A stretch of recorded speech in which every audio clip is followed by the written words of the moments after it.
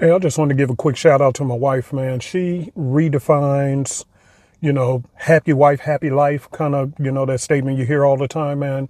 You know what? The other day, man, she woke up and she was just, you know, turned over towards me, had that beautiful, pleasant smile on her face. You can look at her picture in my prior pics, history or whatever, video history or whatever.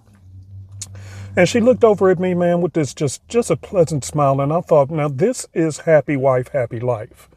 What I mean by that is, she wakes up and she just brings the joy of the Lord into the home, man. No matter what I'm going through as far as trying to, handle business, to take care of her needs and things like that. The one thing I know is I don't have to combat the world to get what is needed for the home and then come home and combat her too.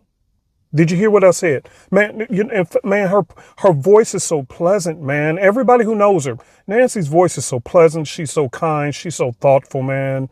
And this is her normal. And I thought, now this is what a happy wife, happy life is, because the old definition of happy wife, happy life means it's kind of narcissistic, ladies, if you really look at it. Because if a man comes in the house and says, I'm the king of this castle, I'm the head of this house, happy husband, then the house is happy. Everybody say, oh, go divorce him. He's narcissistic.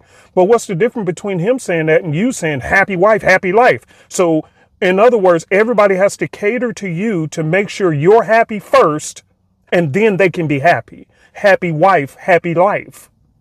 If mama ain't happy, ain't nobody happy. And women tout this as if this is something that's going to make people want to just love on you. But my wife, man, in fact, man, her voice is so calm and peaceful, bro. Me and my wife, we ain't had an argument in like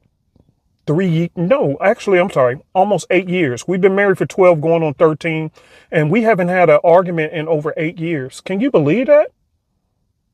Can you believe that?